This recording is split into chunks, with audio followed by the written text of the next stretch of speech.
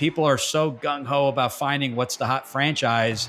And my question is, well, why do you want to own a franchise? I just feel like this is one of the biggest decisions, financial decisions you can make. Welcome to the Freedom Point Real Estate Podcast, where we talk about creating more time freedom through passive real estate investing. Passive investing in real estate challenges conventional investment wisdom. We are passionate about learning and sharing resources with others who are ready to transform their investing mindset. Quick disclaimer as always, I am not a CPA, I am not an attorney or a financial advisor. This is not financial advice, not telling you or anyone else what to do. The views and opinions expressed in these podcasts are provided for education and informational purposes only and are not necessarily the views of my employer, ADP. I'm glad you're here. Now let's dig in. All right, welcome back, Freedom Point podcast listeners. Thank you again for jumping into another episode of the Freedom Point. We're so glad you're here with us today. I've got an amazing guest, Gigi. Welcome to the show. Thanks, Jeremy. I'm excited to be here. I'm a big fan of the show, so looking forward to it. Yeah, thank you. And looking forward to chopping it up with you for sure, and the value that you can bring to our listening audience. And listening audience, again, I just thank you so much for jumping into another one of these episodes. Really appreciate the positive feedback that we've been receiving from the community. Really appreciate also the encouragement of those that have reached out to me after they heard the rumor that I'm in the process of authoring a book. More information to forthcome on that in terms of the title, the book cover, the content within that book. But you can certainly imagine that book is going to definitely encompass a number of different ways that individuals can seek financial independence, financial freedom, whether it be through active franchise ownership or investing in passive investment. So with that said, Gigi, let's get rocking and rolling. I'm going to give my listening audience a little bit of a background on you, and then we're just going to dive right into it. Sounds good. So quick background on Gigi. He is a franchise veteran, a coach, author, speaker, and consultant who simplifies the process of franchising and excels at guiding his candidates to the business model that best suits their desired lifestyle. His greatest joy is helping people realize the American dream and sharing the freedom that comes with franchising. Okay, Gigi. Most people that know me in the kind of professional environment, that I've played a role in a technology, with a technology company over the past, 2+ decades, know that I'm relatively dialed into the franchising space. So with that said, if you can kind of help us understand a little bit more about, your background in franchising, how you got into it, how you're serving that community today, et cetera. Yeah, absolutely. So I was, I'm a corporate refugee. I had some really, good jobs. I was an executive in the financial service and investment industry, and was doing well, but just was not happy. I had a 5-hour commute every day round trip.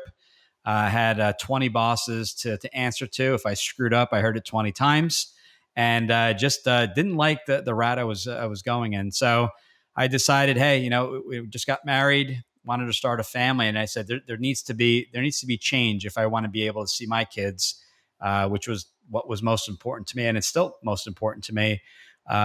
Decided to look at some other jobs. That wasn't the route, and actually stumbled across a franchise consultant that was able to help me kind of guide me through the process of what a franchise is, who's a good fit. Back in the day was all about Subway. Subway was the hot franchise back in 2005, 2006. So, and I ended up buying a franchise. We were in the building service industry, owned that business for 13 years and said, you know what? What's kind of the next stage? And I said, I love the process of being able to help someone. I've helped people over the years as well. Why not do this full time and able to help people full time figure out if a business is a good fit, talk about alternative investments and different ways of generating income. So it's what I do today. It's my passion. I love what I do. And looking forward to every single call every day. Just love what I do. Yeah, it's absolutely the case, I would say, with a lot of people that they get to a point in their life where they really want to give back and help back and provide value to others. So it's great that you're in that kind of stage in your life where you can do that. I kind of heard you talk a little bit about the fact that you kind of, have this kind of status as the corporate refugee. You got into franchise ownership on the active side, and then you pivoted to becoming a franchise consultant. So what was maybe the main reason why you decided to pivot from being an active franchise owner to then deciding to become a franchise consultant? I can't think of a better person to have as a franchise consultant than somebody that was building up a successful franchise business on their own. So maybe kind of talk us through that process of why you went from active franchise ownership to now being a consultant.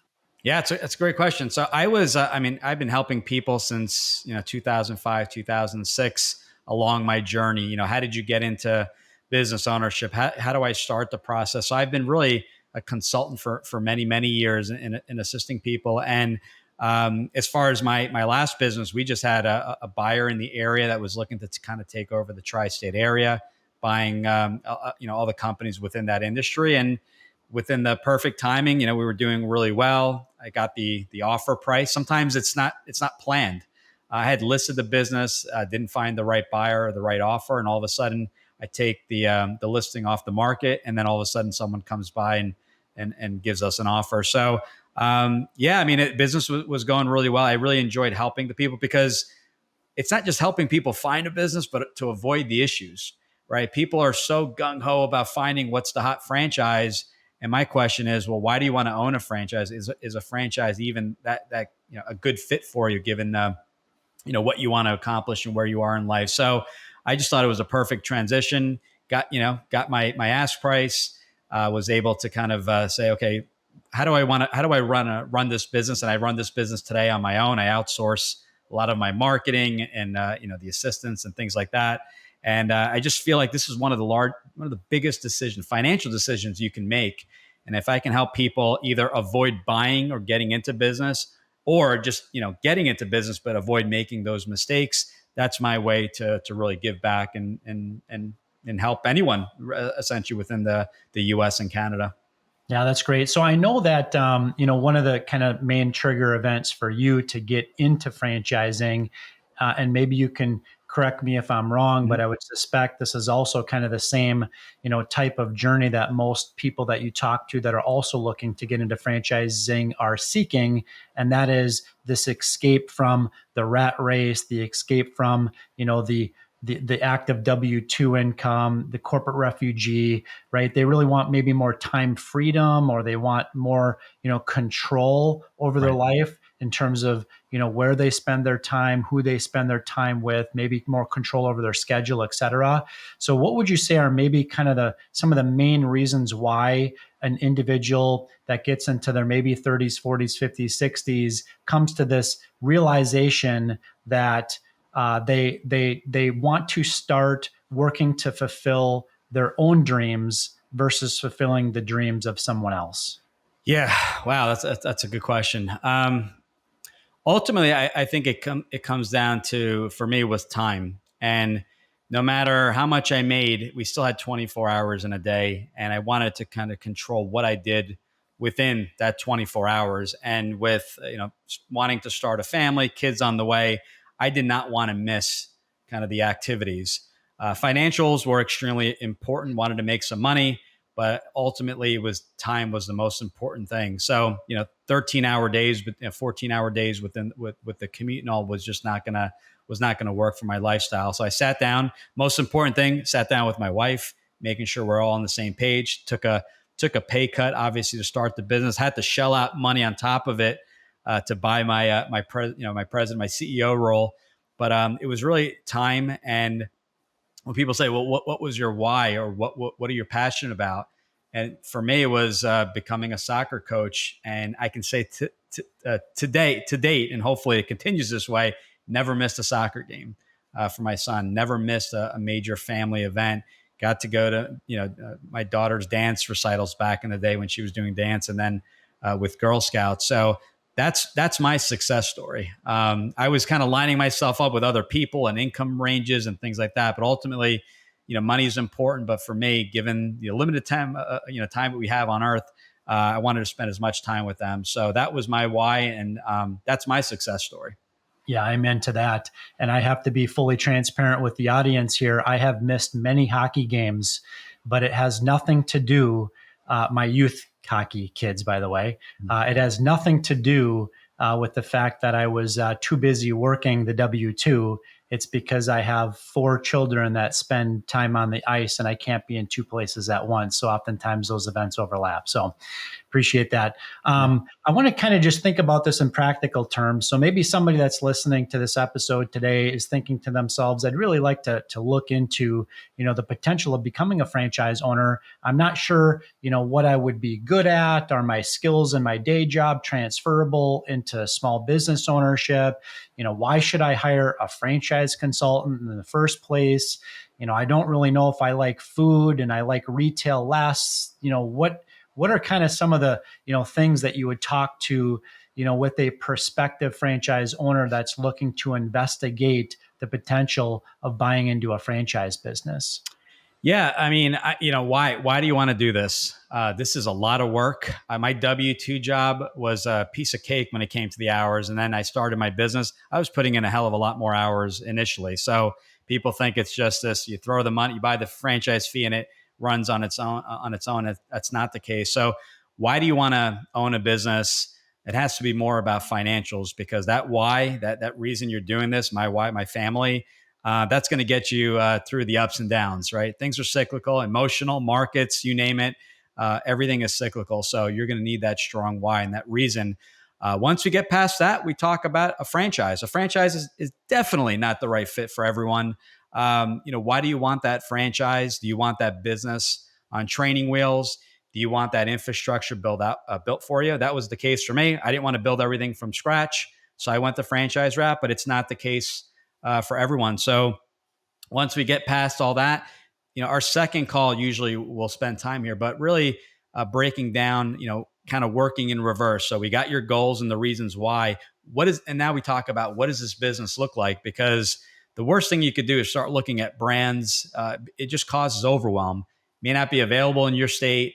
It may be a role. You may have a skill set like sales, where that specific brand is looking for more managerial skills, right? Those transferable skills that you're bringing over. So a big part of it is, let's look at what the ideal business looks like. And then the value that I bring to the table is unlike a portal where you're just throwing in a bunch of, okay, I want food. I want this investment level. I want the state of New Jersey. We're asking and digging deep into why. Why do you want food?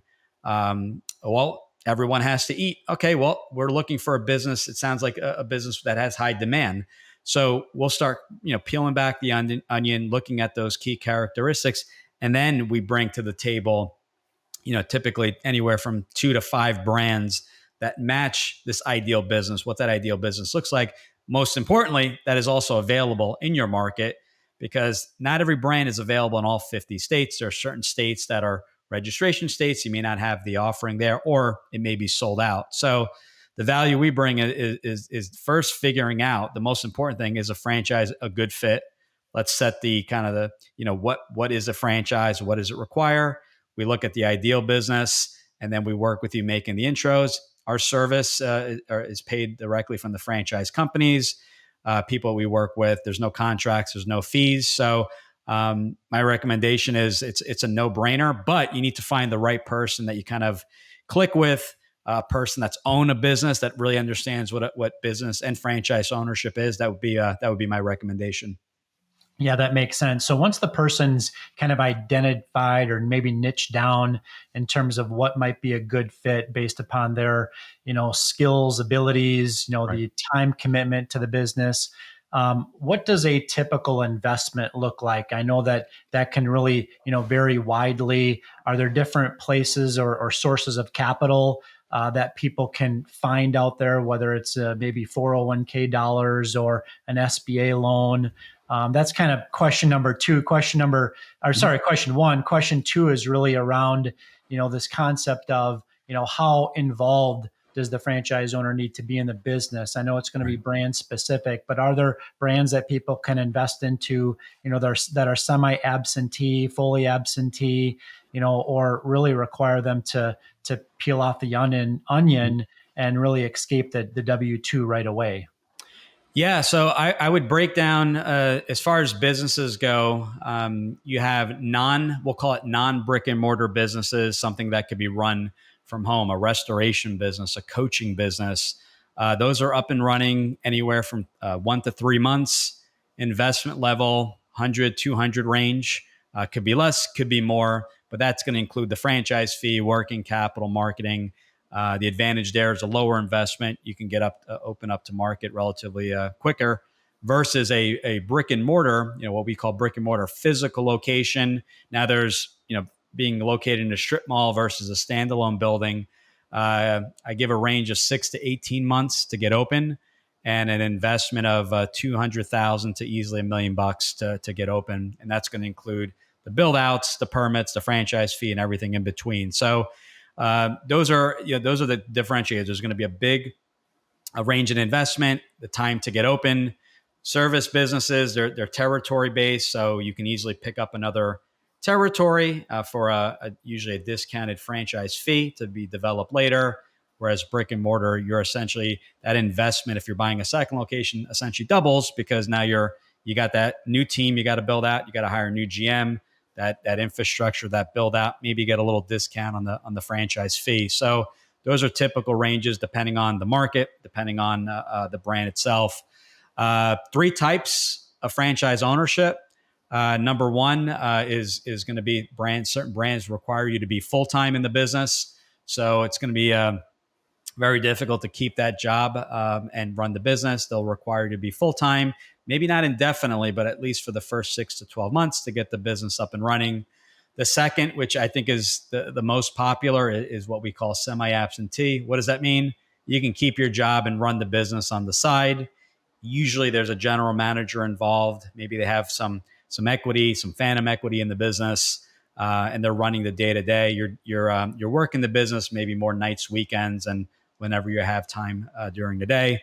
And the last one, which is a little bit newer and it's starting to gain some momentum, there are investor passive models where you essentially replicating the hotel concept where you hire a management team directly through with the franchise company. You're putting in a handful of hours a month, and it's more of the check in with the management team, making sure that those high level decisions are approved, giving the okay, just kind of getting an overview of what's happening in the business. And that's what we call an investor passive model. But I would say the sweet spot is kind of in between more of that semi-absentee, keeping the job, and then slowly, maybe, after the first year or two, leaving the job and running the business full time. Yeah, absolutely. And I suppose it kind of depends on, if it's maybe a husband, wife coming in, or if maybe a franchisee that's new is bringing a business partner along. So some of those responsibilities, could be shared, amongst the business owners. Correct. Let's talk about the risks and the challenges. And the question is really more around, what maybe would be some of those risks and challenges associated with individuals wanting to invest into an emerging franchise brand versus them investing into maybe more so of a legacy, brand. I know oftentimes investors, want to, think about what's the next, opportunity as far as that next brand that maybe is going to go from 5 units to 500 units, and they want to be a part of that, right? Whereas other people maybe don't have quite as an appetite for a risk, and so they're more willing to get into a brand that has an established brand. Maybe they've been around for 50 plus years, have thousands of locations, et cetera. So how would you kind of talk through, that with somebody that's potentially looking to invest into franchising? Yeah, the established brands are great. They've been around. They have history. They may have 2, 3, 500 or more franchisees. So they're established. They've been around, and that history is big. The disadvantage in many cases is the markets are sold out. So you may be in a market here in just say in northern New Jersey, but have to look 2 hours south to find the closest available territory, just because they've been established and those markets have all been sold. Emerging brands are where a lot of the opportunity lie. With emerging brands, you may only have a dozen franchisees, so that's a disadvantage, right? To validate and speak with. Maybe the brand is still kind of getting their footing and their marketing in order. But what I've noticed with some of the emerging brands are they're nimble. They're able to make changes much faster with a smaller footprint, right? With a dozen or less franchisees, so they're able to make the changes quicker. They're able to, they have availability when it comes to territory. The biggest thing is when you talk about risk, is that no business. There's always a risk, right, in business, or else it wouldn't be a business. So, you want to minimize your risk by talking with not just the corporate office but franchise owners to get their feedback. How would you do it all over again? That's the $1 million question. How is the support in the very beginning? How's the ongoing? So there's a lot of due diligence, but also going to a virtual or in-person discovery day, which is usually the last kind of stage in the due diligence process, and talking with the owner. So whether they're emerging or not, finding out what's the direction. You're the captain of the ship. Where is this ship going?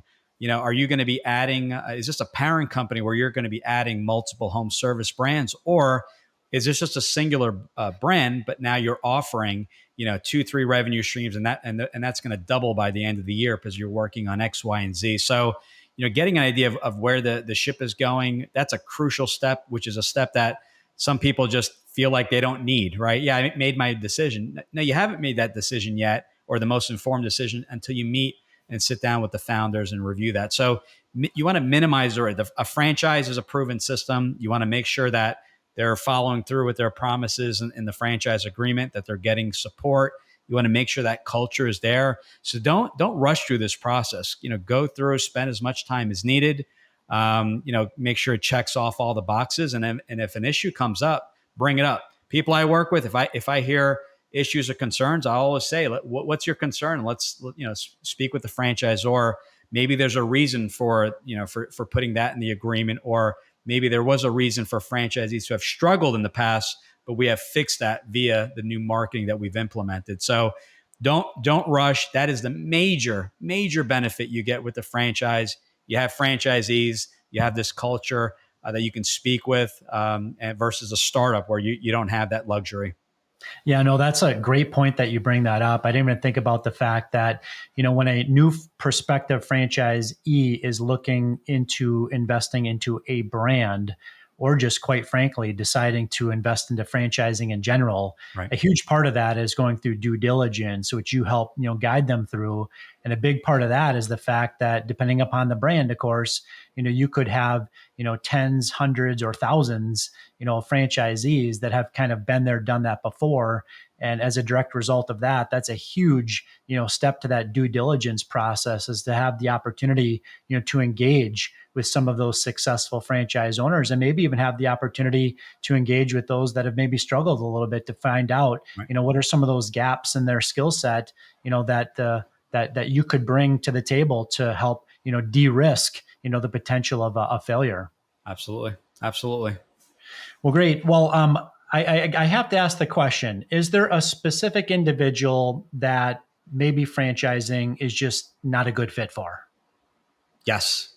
It would be someone that is looking to buy a franchise to completely change the system. I use a really poor example, but it hits home. You're not buying a burger franchise to change the menu and start adding menu items like pizza and things that aren't on that menu. You're looking for that system in place that you could run with. That's the value prop of any franchise company. People looking to completely change it. And I'm not saying there's not autonomy. You have autonomy in how you run the business, obviously. But if you're looking to change the product or service offering, probably not good fit for a franchise. Followed by your time frame. No reason to really look at a specific brand and dive into the due diligence if your time frame is, I would say, over 6 months. We don't even know if that brand's going to be. It's almost like you find a home and you tell the seller you're going to buy it in 6 months. Well, that home won't be available more than likely. So with a franchise, if your time horizon or I should say frame is less than 6 months, I would say you can proceed. If not, keep it higher level, figure out the ideal business of what that looks like, and then proceed with the due diligence specifically with that franchisor. Startups are great too. Not everyone's a fit for a franchise. I had someone buy a franchise, use what they learned from the franchise to apply to their startup that sat on their laptop for probably a decade. So you're not just in the franchise world. You can do a startup afterwards and vice versa. So it's really exciting once you find the right concept. Well, I know that you wrote a book, and so I'd like to give a little shout out to Franchise Freedom. Those that can't are listening can't see, but I'm holding up a copy of Gigi's book right now. So, can you give our listening audience just a little bit of a preview, as to what they're going to find inside this book and what most resonates with those that read it? Yeah, it's not just about franchising, but it's my blueprint of figuring out if business ownership, excuse me, is a good fit, the differences between a franchise versus a non-franchise business. But more importantly, it dives deep into one of the most important lessons in a book by Dan Sullivan called Who Not How, is the idea of talking to the right people and building a team. I talk about building this team of an attorney, a financial advisor, a CPA, people that work together in your best interest in order to help you. So, take care, help you with taxes, help you with the any type of legal consequences and coverages and things like that. But it goes through kind of the thought process, the things that I did not consider, the things that were never taught to me, the mistakes I made. I put it all in a book. It's a quick 30-minute read. Again, not all about franchising, but it's more of the things to consider when looking to own a business. Yeah, absolutely. Well, what's next up on Gigi's bucket list, either personally or professionally, as we look to round out the back half of 2024 and beyond? Yeah, so we're going to continue what we're doing. The podcast is we just hit 200 episodes, so we've decided to kind of continue with the show. No major changes, just we're getting on more channels, looking to get on some additional shows and help as many people as possible, making that difficult decision of owning a business or not, and kind of what it looks like. Personal standpoint, I don't know. We're planning a trip. My daughter's Sweet 16 wants to go on safari. So we're looking on making that happen. So that's kind of the exciting thing, something I thought I would never do. And so it's pretty exciting. So that's kind of next on the bucket list, and celebrating my daughter's 16th birthday. So Yeah, that's great. We'll have to follow up with you to decide what you guys ended up deciding to do there and where you decided to go. So that sounds like a great future trip for you and your daughter. What might be one or two different ways that our listening audience can connect with you to learn more about what you're up to, and specifically to talk more about the potential of investing into franchising? yeah, would love to help. My website, it's GG, my initials, because my name is impossible to spell. The Franchise Guide. So GG, the Franchise Guide, GUIDE.com. You have 200 episodes. You have a search bar. You can look at exit strategies, accountants we've had on there, attorneys, anything involved, not just franchising, around business, how to franchise your business. We have some great guests that talk about that. We have a webinar on there, same site that walks you through W-2 to owning so I always say signing the front of a paycheck to signing the back of a paycheck to signing the front of a paycheck, and the steps in order to make that happen. The book is on there as well, free download to all. You can buy it on Amazon, but download it for free on the website. So it really walks you through tons and tons of education. A good starting point. We have 25 FAQs. Some people may rule themselves out. They may just say, hey, everything, the boxes check off. I don't have any capital. You need capital to invest in a business. You're going to need a little bit more with the franchise. So you can kind of decide if it's a good fit. If you're not sure, you can book a call there's a book a call right out in the top right of that page. Book a call, 20 minutes.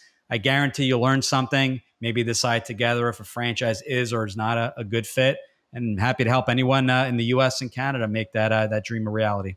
Yeah, no, that's great, Gigi. I did want to ask one follow-up question based upon what you said, and that was as it relates to where people find capital, to invest, into franchising. Obviously, people can invest, liquid cash. They can take out an SBA loan, but I did want to highlight at least one other path that I know a lot of franchisees have been taking, especially over the last, decade or so, and that is to unlock, retirement dollars that are currently kind of sitting stagnant in people's, old 401ks or active, IRAs, et cetera. So can you talk just real briefly about, that as a potential strategy to invest in franchising? Yes, you are able. It's called a rollover business startup, a ROBS plan, and you're able to unlock previous employer 401k, a traditional IRA, not a Roth, but a traditional IRA. You're able to open up a C corporation, essentially buy shares in that corporation and fund that business. So take it out of Wall Street and put it into your own business. You want to work with reputable companies. We can always make some recommendations that do all the reporting. You don't do the reporting, that could be a nightmare. So definitely work with a company that specializes in that area. That would be probably the top one. Second way, SBA loans. You're looking at maybe 20 to 30% down, able to fund that. 10-year loan, I would say are the top two ways to fund this. So you don't need millions of dollars. You can really fund this franchise with 20 to 30%, or your retirement assets. If you're not certain, give me a call. We can put you in touch with the right people, and they'll be able to tell you what qualifies and what doesn't. Yeah, no, that's great. And those that are listening to this podcast know that I'm a huge proponent of diversifying outside of Wall Street and into Main Street. So clearly this is, one potential avenue for people to do that. Well, for those that are interested and want to learn more about franchising, maybe want to learn more about, how to finance a franchise, if that's of interest to you, see if you would qualify, be a good fit, et cetera, definitely reach out to Gigi. And Gigi, just appreciate, having you on the show today. Thanks, Jeremy. This was fun. I really appreciate it. Absolutely. And listening audience, thank you again for jumping into another episode of The Freedom Point. We look forward to having you join us on the next episode. Thank you for hanging out with us today and for listening to the Freedom Point podcast, powered by Starting Point Capital. This show is for entertainment purposes only. Nothing said on this show should be considered financial advice. Before making any financial decision, please consult with a professional. This show is copyrighted by the Freedom Point podcast. Written permissions must be granted before syndication or rebroadcasting. If you're interested in connecting, you can find contact information at startingpointcapital.com.